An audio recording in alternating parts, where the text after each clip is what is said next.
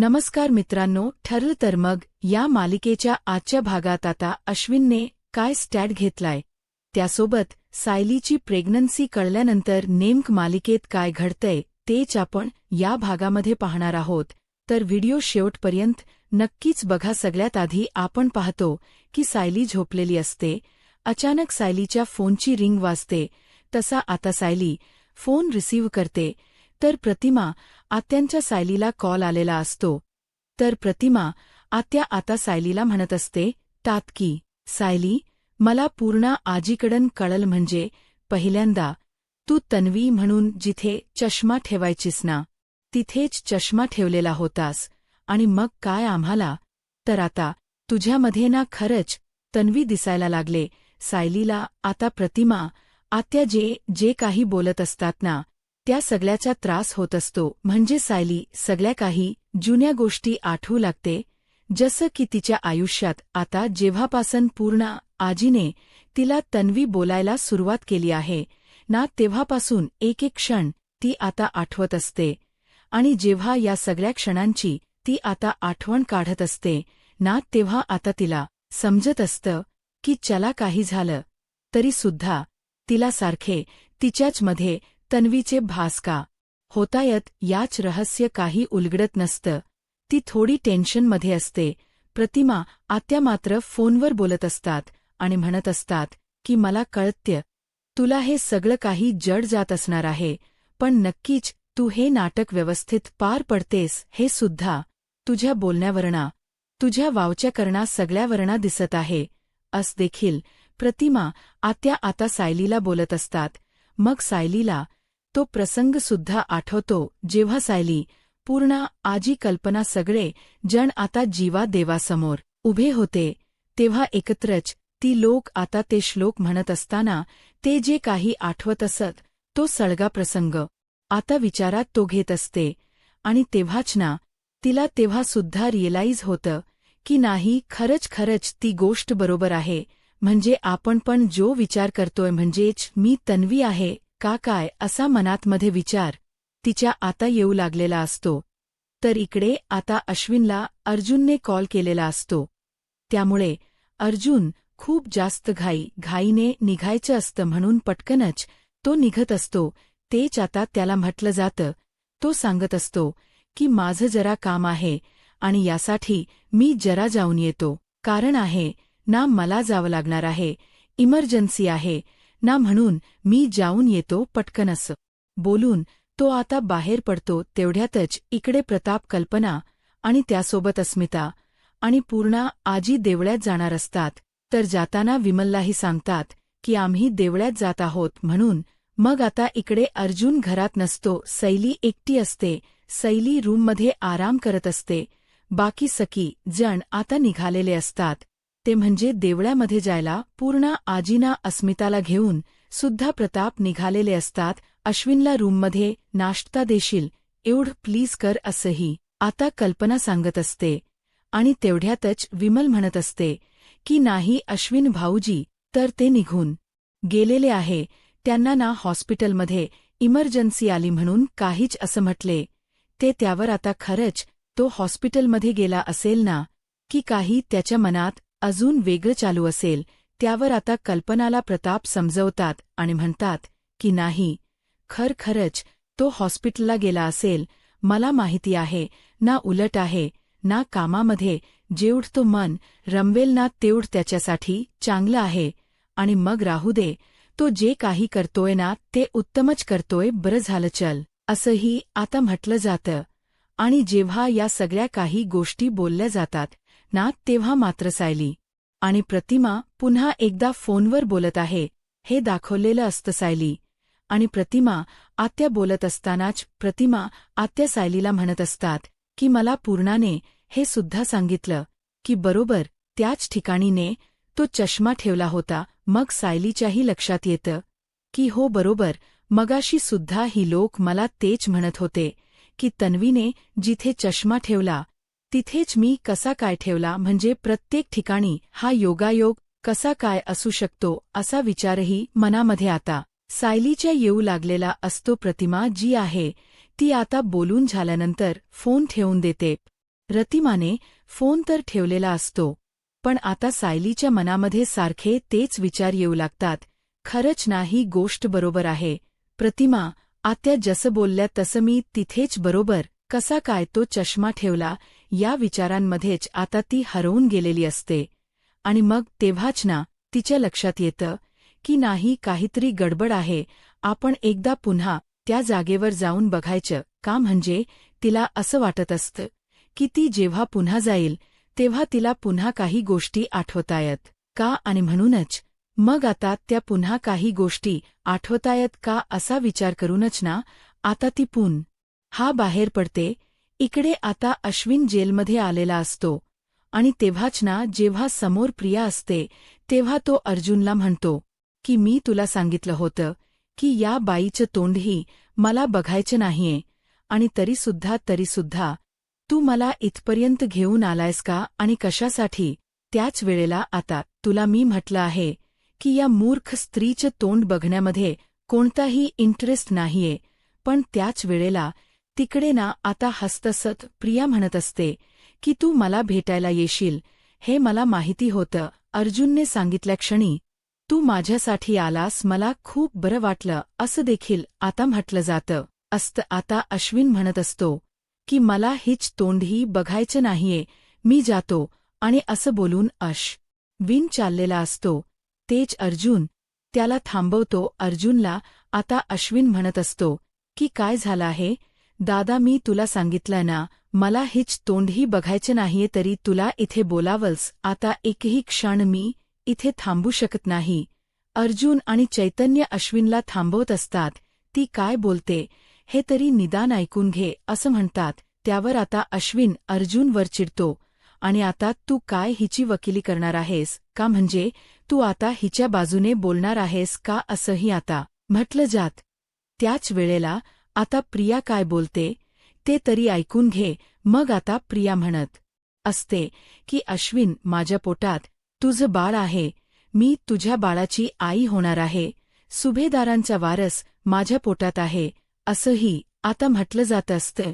जेव्हा आता या सगळ्या काही गोष्टी बोलल्या जातात ना तेव्हा मात्र आता अश्विन म्हणतो खोट आहे, हे सगळं उगासे ना, मला फसवू नकोस. आणि माझ्या इतर घरच्यांना सुद्धा मला माहिती आहे ना, हे सुद्धा सगळं नाटक आहे, तू प्रेग्नेंट वगैरे काही नाही असं देखील आता अश्विन बोलत असतो. त्याच वेळेला आता इकडे अर्जुन त्याला सांगतो की नाही अश्विन, हे सगळं काही खरं आहे, म्हणजे आम्ही सगळ्या काही टेस्ट केल्या आणि सगळ्या टेस्टचे रिपोर्ट्स बघितले, त्याच्यावरून समजलं आहे की खरंच ही प्रेग्नेंट आहे.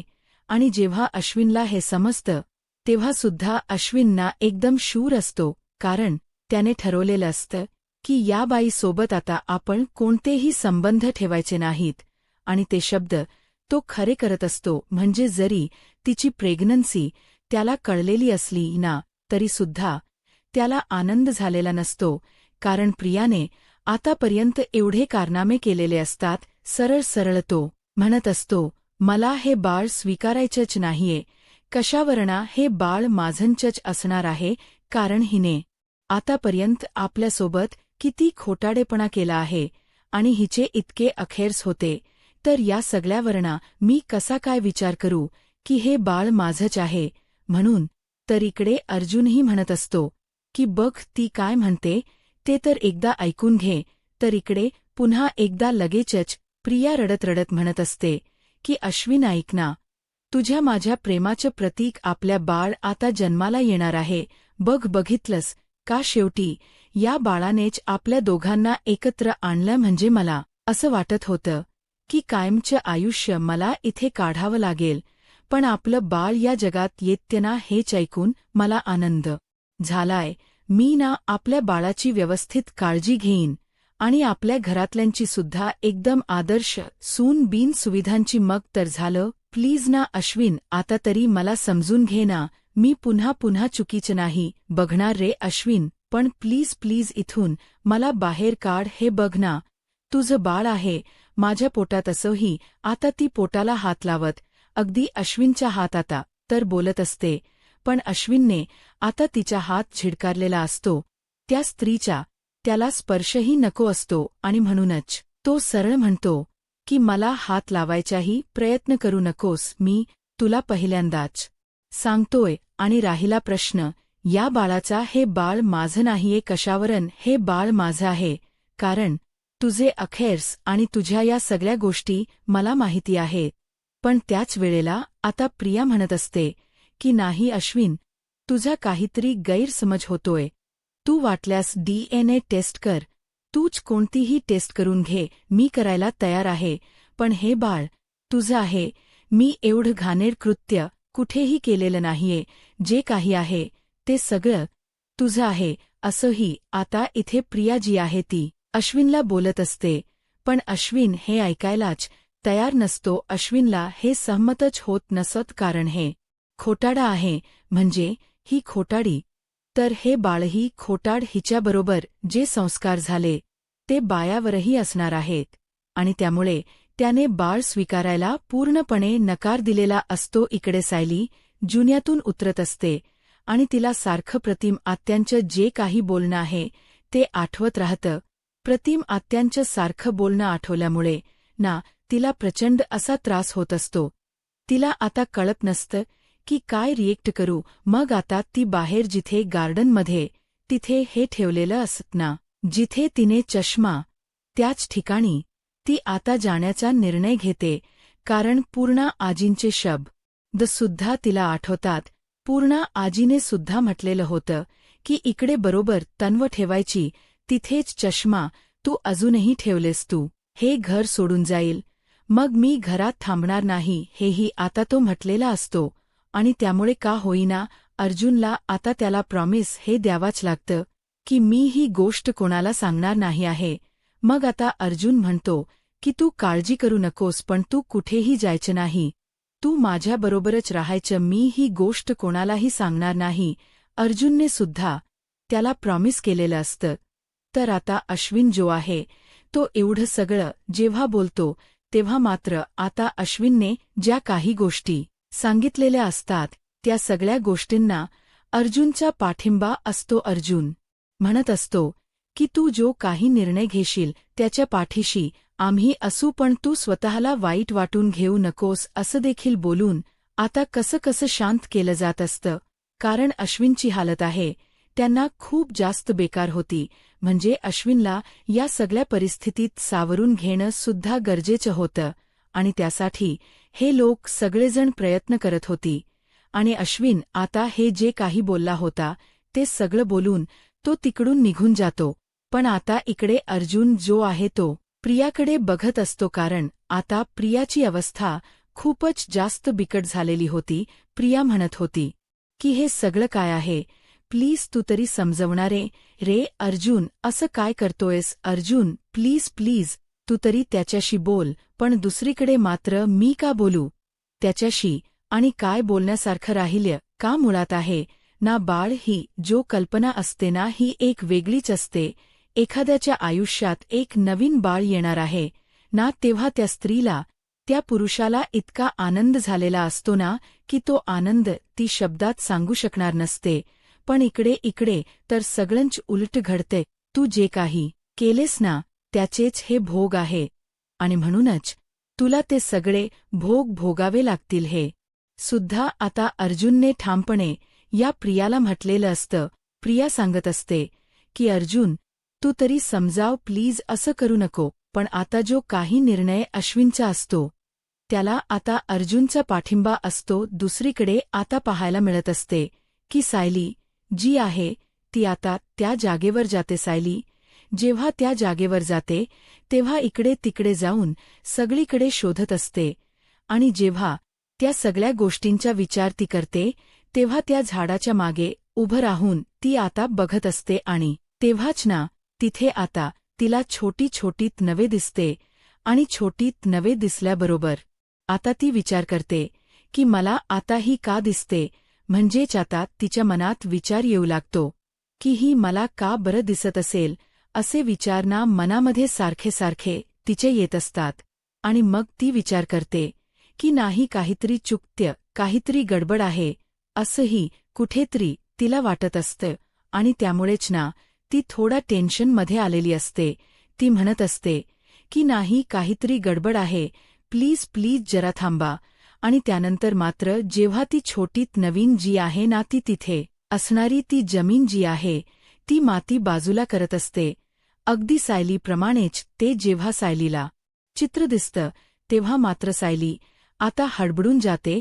अक्षरशः कानावर तिने हात ठेवलेले असतात. तिला आता कळत असतं की नाही काहीतरी गडबड आहे. आणि या सगळ्या गोष्टी जेव्हा तिला समोर तिच्या दिसू लागतात ना तेव्हा मात्र आता ती सैरावैरा झालेली असते, तिला समजत नसतं. आणि जेव्हा तिला या सगळ्या गोष्टी समजत नाहीत ना तेव्हा मात्र आता तिचा चष्मा जो आहे तो पुरताना जेव्हा ती बघते तेव्हा तिला आठवतं की हे सगळं काही मी केलेलं आहे आणि सेम टू सेम हे आता असंच घडतंय. आणि त्यामुळेच ना ती आता चक्कर येऊन तिथेच खाली कोसळते, कारण तिला तिचं बालपण हे सगळं काही समोर दिसत असतं. आणि मग एका पॉइंटला ती विचार करत असते की हे सगळं काय आहे, म्हणजे या सगळ्या गोष्टी ज्या आहे त्या आता मला दिसतायत, हे सगळं कसं शक्य आहे, म्हणजे मी तर तन्वी नाही आहे, मग तरीसुद्धा तन्वीच्या या सगळ्या गोष्टी मला का दिसतायत हा विचारच ना मनामध्ये कुठेतरी येऊ लागलेला असतो. आणि तिने आता अक्षरशः डोक्याला हात लावलेला असतो आणि काही सुचत नाही, डायरेक्टच ती खाली कोसळते. आणि जेव्हा ती डायरेक्ट खाली कोसळते ना तेव्हा तिला या सगळ्या गोष्टी असह्य होतात नाही जमत. ती शेवटी चक्कर येऊन खाली कोसळते. आणि जेव्हा चक्कर येऊन खाली ती कोसळते ना उघडच देवळातून इथे कल्पना त्याचसोबत पूर्णाची प्रताप आणि अस्मिता बाळाला घेऊन आलेली असतात. त्यांना ते दिसत नाही की तिथे आता जी सायली आहे ती चक्कर येऊन पडलेली आहे, ती दिसत नसल्यामुळेच ना आता या सगळ्या काही गोष्टी होत असतात. दुसरीकडे आता अर्जुनने तर अश्विनला वचन देऊन बसलेला असतो, त्यामुळे प्रिया ही अस्वस्थ असते. प्रियाच म्हणणं हे असतं की निदान तुम्ही तरी मला समजून घ्यान. अश्विनच्या निर्णयाला अर्जुनचा पाठिंबा असतो, कारण त्याने अश्विनला या आधी सुद्धा बघितलं आहे आणि या खोटाड्या मुलीसाठी त्याला आपल्या भावाला कमवायचं नव्हतं. कारण अश्विनने सरळ सांगितलेलं असतं की जर तुम्ही हिच्याशी बोलायला जाल किंवा हिच बाळ स्वीकारायला जाल तर माझ्यापेक्षा वाईट कोणी नसेल, मग मी घरातून निघून जाईन, हे सुद्धा त्यांनी सांगितलेलं असतं. आणि त्यामुळे त्याच्या निर्णयाला ह्या लोकांना पाठिंबा देणं भाग होतं चैतन्याने. आणि अर्जुनने अश्विनच्या पाठीशी उभं राहायचं ठरवलं होतं. आणि जे काही आता इथे कोर्टात घडलं आहे ते घरात कोणालाही सांगायचं नाही, हे स्ट्रिक्टली स्वतःलाच कबूल करून घेतलेलं होतं. चैतन्य आणि आता अश्विन तिकडून निघून जातात. म्हणजे अश्विन जस जातो ना तस चैतन्यही त्याच्या मागोमाग जातो, कारण त्याला समजवलंच होता त्याचं काम होतं. कारण जर अश्विन पुन्हा कुठे निघून गेला तर अश्विनला या गोष्टी सहन होत नाहीयेत. या गोष्टी आता अर्जुनलाही कळलेल्या असतात. साई इथे जी प्रिया असते ती मात्र आता रिक्वेस्ट करत असते. प्रिया म्हणत असते की अर्जुन प्लीज यार तू तरी समजव. पण अर्जुनने म्हटलेलं असं की तुझ्यासारख्या मुलीला ही शिक्षा योग्य आहे. खरं तर एखाद्या बाळाला आई बाबा हवे असतात, पण तुझ्या बाळाला ना आयुष्यभर एकटंच राहावं लागणार आहे. फक्त तुझ्यासोबत त्याला बापाच प्रेम कधीच मिळू शकणार नाहीये. अर्जुनने डायरेक्टच आता प्रियाला सांगितलेलं असतं.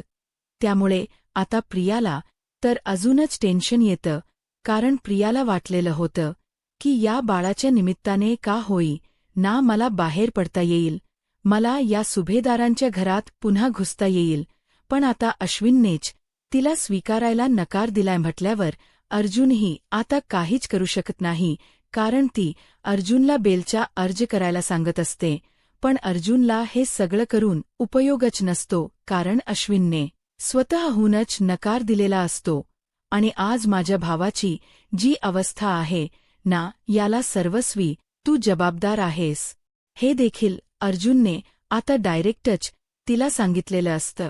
आणि जेव्हा आता अर्जुन या सगळ्या काही गोष्टी डायरेक्ट तिला बोलतो ना तेव्हा मात्र आता प्रिया जी आहे ती मात्र आता काहीच कळत नसं या सिच्युएशनमध्ये गेलेली असते. कारण तिच्याकडून सगळेच तिचे प्लॅन अगदीच उलटे पडत असतात. भासे अगदी उलटे पडतात ना. अगदीच तिचं तसं झालेलं होतं. काही सुचत नव्हतं, कारण जी काही मर्यादा होती, लिमिट होती, ती सुद्धा आता क्रॉस झाली होती. अश्विन काही आपला कधीच होऊ शकत नाही हेही तिला आता जाणवत होतं. मग आता बाळही तो स्वीकारणार नाहीये. मग आता बाळाचं काय करायचं हाच हुकुमी इतका आपल्याजवळ होता, आणि तो हुकूम एका सुद्धा आपल्याला आता वापरता येत आला नाहीये, याचा त्रास मात्र तिला आता होतो. ती जरीच थांबवत असली सगळ्यांना, तरी कोणीही थांबत नसतं. दुसरीकडे आता प्रताप आणि घरी आलेली असतात. कल्पना पाणी पित असते आणि त्याच वेळेला विचारत असते की अश्विन आला का नाही, अश्विन दादा नाही आलेत अजून. असंही आता विमल सांगत असते, बाळ झोपला आहे रूममध्ये जाऊन. अस्मिता बोलत परत एकदा हॉलमध्ये आलेली असते. मग आता सायली काय करते? सायलीताई असतील ना रूममध्ये? मग नाही, सायली ताई तर रूममध्ये नाही आहेत. मगाशी मी बघितलं, मला वाटलं त्या खाली आले असतील. पण सायली कुठे? पण पूर्णाजीच्या रूममध्ये सुद्धा सायली नव्हती, कारण मी आता पूर्णाजीला जेव्हा रूममध्ये ठेवून आली तेव्हा सुद्धा तिथे ती नव्हती. मग सायली गेली कुठे? आणि मग अजूनही अर्जुनही आलेला नाहीये. काय झालं असेल? कोर्टामध्ये निकालाचं झालं असेल का? आपल्या मनासारखं म्हणजे प्रियाला शिक्षा झाली असेल का? आपण फोन लावायचा का? कल्पना म्हणत असते, पण प्रताप थांबवतात. प्रताप म्हणतात की नको फोन लावायला, एव्हाना येत असतील ती लोक, नको लावूचाणी. तिकडे ना आता जो प्रताप आहेत ना, त्यांनी अश्विनला कॉल केलेला असतो आणि अश्विन आता दारातच उभा असतो. रेंगशी आवाज येऊ लागतो म्हणून. मग आता ही लोक दाराकडे पाहू लागतात. तर अश्विन अर्जुनला सांगतो की बाबांचा फोन आहे. मग आता अश्विन काही फोन उचलत नाही. तिघही जण घरात येतात आणि जेव्हा तिघही घरात येतात तेव्हा आता एकत्र तिघांनाही आलेलं बघून प्रताप आणि कल्पना म्हणत असतात की हे काय? अरे अश्विन, तू तर हॉस्पिटलला गेला होतात आणि हे कोर्टामध्ये, आणि मग तुम्ही तिघे एकत्र कसे आले? त्यावर अश्विन म्हणतो की नाही, आम्ही हॉस्पिटललाच गेलो होतो. मला हे दोघंही जण बाहेर आपल्या गेटजवळ भेटले आणि मग आम्ही इथे एकत्र आलो. नक्की ना? कल्पना विचारते, कारण कल्पनाला थोडा डाऊट येत असतो की हा तर तिथेच तर गेला. आता सायलीला मिठी मारते, तिला जवळ घेते, किस करते, कारण तिला खूप जास्त असं वाटत होतं की सायली आणि अर्जुनने आई बाबा व्हावं, आणि अखेरीस कल्पनाच हे स्वप्न पूर्ण झालेलं असतं. अस्मिता ही खुश असते. स्मिता म्हणते, काय यार अर्जुन, तू खरंच ना आईबाप होणार आहे, तरी सुद्धा तुला काहीच वाटत नाहीये. आता मात्र या सगळ्या काही गोष्टी ऐकून ना अर्जुनला तर धक्का बसतो. अर्जुन आता कस रिएक्ट करेल? आता पुढे काय होईल हे पाहायला आत्ताच माझा महाराष्ट्र या यूट्यूब चॅनलला सबस्क्राईब करा. धन्यवाद.